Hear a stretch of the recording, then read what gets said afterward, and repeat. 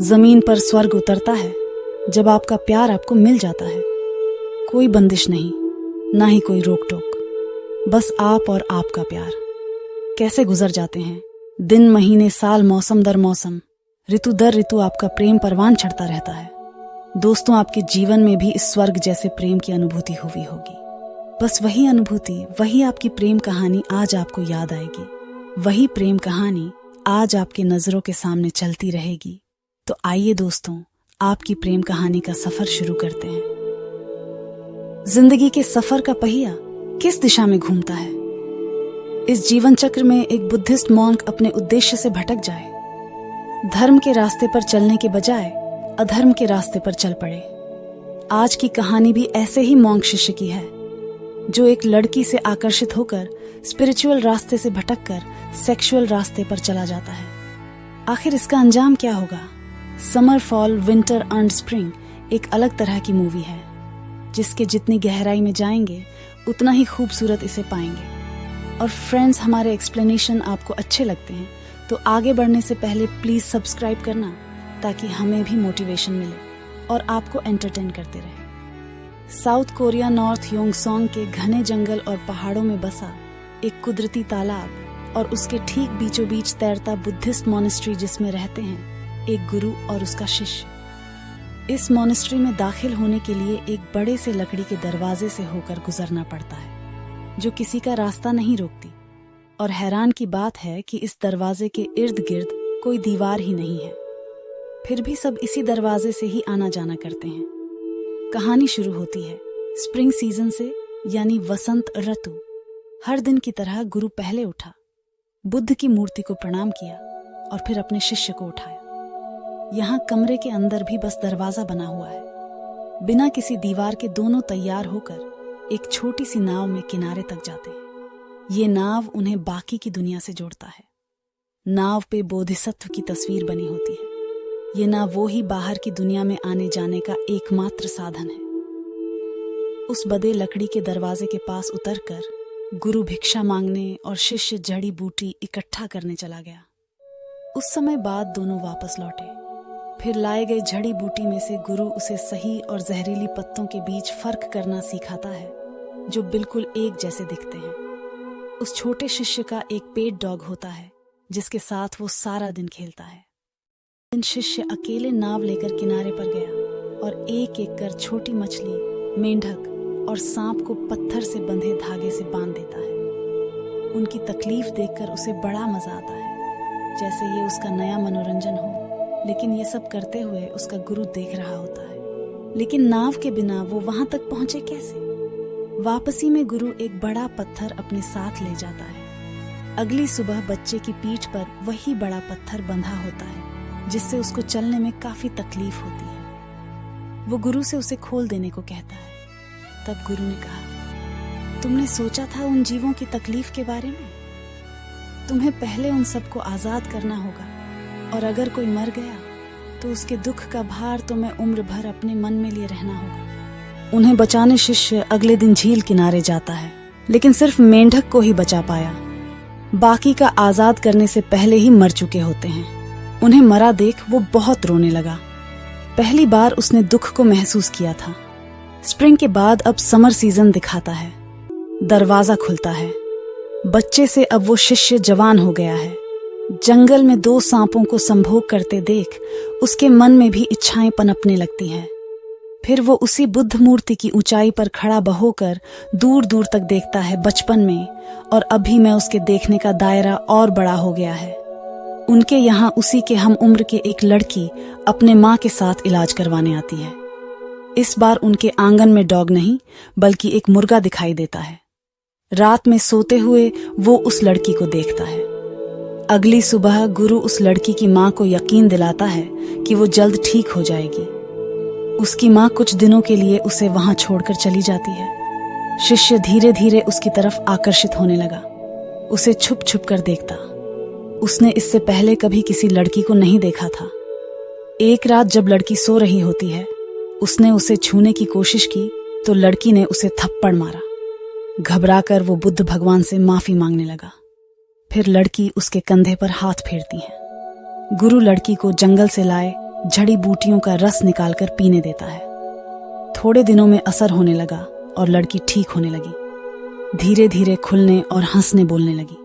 दोनों साथ जंगल घूमने निकलते। शिष्य उसे पीछे से निहारता रहता, उसके पास जाने की कोशिश करता। रात रात भर नहीं सोकर उस लड़की को बस ताकते रहता। एक दिन बहुत जोरों से बारिश होती है और इस बारिश में शिष्य से रहा नहीं गया और दोनों इंटीमेट हो गए। गुरु की आंखों में धूल झोंक कर दोनों एक साथ सोते। एक रात दोनों चुपके से नाव पे दूर निकल गए और नाव पर ही इंटीमेट हो गए। अगली सुबह गुरु नाव में दोनों को बिना कपड़ों में एक साथ सोते हुए देख लेते हैं। गुरु कोई प्रतिक्रिया नहीं देते, लेकिन उन्हें पता है किसी को पाने की इच्छा से लोग उस इंसान पे अपना अधिकार चाहते हैं जो आगे जाकर दुख का कारण बनती है। उसके बाद गुरु नाव में पानी निकलने वाली जगह को खोल देता है। धीरे धीरे नाव में पानी भरने लगा। दोनों जाग गए। शिष्य गुरु से माफी मांगने लगा, जिस पर गुरु ने कहा, दोनों की गलती नहीं, पर दोनों को यहीं रुकना होगा। कुछ समय बाद गुरु ने लड़की से पूछा, क्या अब वो बिल्कुल ठीक हो चुकी है? वो हाँ कहती है। फिर वो उसे यहां से जाने को कहता है, पर इससे शिष्य आपे से बाहर हो गया और उसे जाने से रोकने लगा। गुरु तुरंत लड़की को नाव से उस पर छोड़ आता है। ये शक्ति भले ही अभी शिशु को गलत लग रही हो, पर उसे सही रास्ते पर लाने का यही एक रास्ता था। पूरी रात से सो नहीं पाया। भोर होते ही उसने बुद्ध की मूर्ति को झोले में भरा और वहां से चला गया। गुरु जागते रहने पर भी उसे नहीं रोकते, क्योंकि हर इंसान अपना रास्ता खुद चुनता है। अब पतझड़ यानी ऑटम सीजन में बड़े दरवाजे को दोबारा खुलता हुआ दिखाते हैं। अब गुरु बूढ़ा हो चुका है। अब उनके पास बिल्ली होती है। हमेशा की तरह भिक्षा मांगकर गुरु वापस आता है। तभी गुरु खाने के कागज पर एक खबर देखता है कि एक 30 साल के आदमी ने अपनी पत्नी का कत्ल करके फरार हो गया। दरअसल ये कातिल कोई और नहीं, बल्कि वही शिष्य होता है। उस रात गुरु उसके लिए कपड़े सिलता है, क्योंकि वो जानता है अब उसके वापसी का वक्त हो चुका है। ठीक अगली सुबह उसे शिष्य दरवाजे पर खड़ा देखा। फिर गुरु उसे नाव से लेने गए। से शिष्य गुरु से अपनी नजरें चुराता है। उसने वापस से बुद्ध की मूर्ति को उसी जगह स्थापित किया और उस चाकू को जिससे उसने अपनी पत्नी को मारा था, गुस्से से जमीन पे बार बार वार करता है। उसके अंदर इतना गुस्सा भरा देख गुरु उसके तकलीफ का कारण पूछता है। उसने कहा, मेरी सबसे बड़ी गलती थी, मैंने उससे प्यार किया। मुझे उसके अलावा कुछ नहीं चाहिए था, पर वो मुझे छोड़ के किसी और के साथ चली गई। गुरु उसे समझाता है, हमें जो पसंद है उसे भी कभी हमें जाने देना होता है। परिस्थिति और लोग हमेशा एक से नहीं रहते। रात भर उसे नींद नहीं आई और अगले दिन उसने खुदकुशी करने की कोशिश की। गुरु ने जब ये देखा तो पहले गुरु ने उसे बहुत मारा और फिर उसे सजा भी दी। उसके बाद गुरु बिल्ली की पूंछ से लकड़े की फर्श वाले सारे आंगन में मंत्र लिखता है। गुरु के सिले कपड़े पहनकर बाहर आया, तब गुरु ने उससे कहा कि उसी चाकू से एक एक कर सारे लिखे अक्षर को उकेरो। जैसे जैसे वो ये करता जाएगा, उसके मन में भरा सारा गुस्सा, दर्द कम होता जाएगा और उसे आत्म शांति मिलेगी। उसने ये करना शुरू ही किया था कि दरवाजे पर 2 पुलिस वहां पहुंचती है। गुरु उनको नाव से ले आते हैं। पुलिस को देखकर वह डर जाता है। गुरु अगले सुबह तक पुलिस को इंतजार करने कहता है, क्योंकि इस काम को खत्म करने में उसे सुबह हो जाएगी। पुलिस भी बौद्ध धर्म का सम्मान करते हुए उसे इजाजत दे देते हैं। अगली सुबह काम खत्म कर शिष्य सो जाता है। दोनों पुलिस वाले गुरु की मदद करते हैं। उन उकेरे हुए अक्षरों में रंग भर देते हैं। जब शिष्य नींद से जागता है तो उसका सारा गुस्सा शांत हो जाता है। जैसे कि गुरु ने कहा था, जाने के समय उसने अपने गुरु को प्रणाम किया। फिर तीनों नाव में बैठे, पर नाव आगे ही नहीं बढ़ती, जैसे नाव को किसी ने रोक रखा हो। लेकिन गुरु के मुस्कुरा के हाथ हिलाने पे नाव आगे बढ़ने लगी। गुरु को मालूम है कि वो आखिरी बार अपने शिष्य को देख रहा है, अब जैसे कि गुरु के सारे काम पूरे हो चुके हों। ज्यादातर समय गुरु एक कोने में बैठ ध्यान में लगे रहते हैं। उन्होंने अग्नि में समाधि ले ली। समाधि लेते वक्त उनके आंखों से आंसू निकले, जो इस बात को दिखाते हैं कि वो भी इस दुनिया के मोह माया से नहीं बच पाए। शायद उसे अपने प्रिय शिष्य की याद आती हो। उनका शरीर खत्म होने के बाद एक सांप नाव के नीचे से तैरकर निकलता है, जो इस बात को दिखाता है कि उनका एक और जीवन चक्र शुरू हो चुका है, क्योंकि बुद्धिज्म में सांप जन्म और मृत्यु के जीवन चक्र को दर्शाता है। तुम बड़े दरवाजे को विंटर सीजन यानी सर्दियों में खुलता हुआ दिखाता है। पूरा झील का पानी बर्फ में बदल गया है, से अपनी सजा काट कर वापस आ चुका है। अंदर उसने देखा उसके गुरु की कपड़ों पे वहीं साथ बैठा हुआ है। नाव के पास जाकर शिष्य अपने गुरु को प्रणाम करता है। फिर उसने उस जगह का बर्फ खोदकर उनकी मिले अस्थि को एक लाल कपड़े में लपेटा और बुद्ध की मूर्ति बनाकर उसमें वही लाल कपड़ा भरकर उन्हें श्रद्धांजलि देता है। उसके बाद गुरु के पुराने दस्तावेज से वो अपनी अधूरी शिक्षा को पूरा करता है, उनके दिखाए रास्तों पर चलता है, उनके दिए सिखों को अपनी जिंदगी में अमल करता है। ऐसे ही समय बीतने लगा। फिर एक दिन एक औरत एक नवजात बच्चे को उस मोनेस्ट्री में लेकर आती है, पर उस औरत के चेहरे पर कपड़ा बंधा होता है। शायद उसकी कोई मजबूरी रही होगी। उस रात के अंधेरे में वो अपने बच्चे को वहीं छोड़कर जा रही होती है कि बीच में उसी बर्फ के खुदे हुए जगह पे डूब जाने से उसकी मौत हो जाती है।